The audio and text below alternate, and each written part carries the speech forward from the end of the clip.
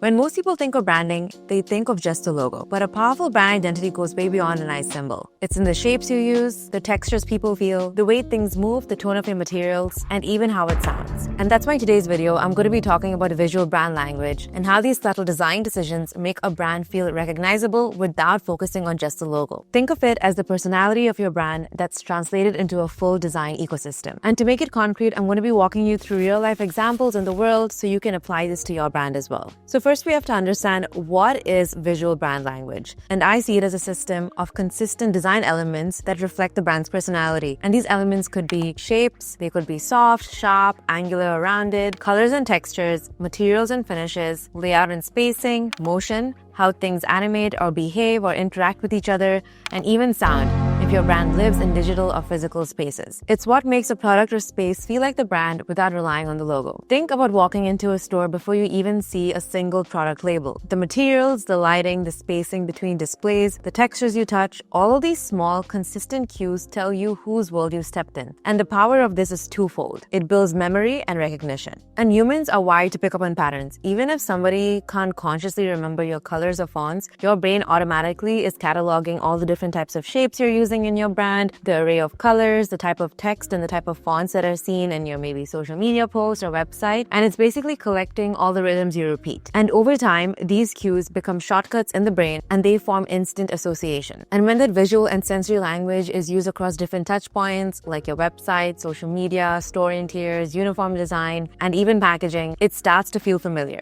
And familiarity is a huge trust signal. It's what turns a brand from just another option into the one I think of first. And with repetitive and enough exposure, that familiarity graduates into something bigger, the icon status. Think of it as a difference between recognizing a person just by their face as opposed to recognizing a person because of what they wear, how they carry themselves, or the tone of their voice. And so bringing it back to branding, logos are the face of your brand, but your visual brand language is how people can spot you in a crowd. Now we have to understand why this matters.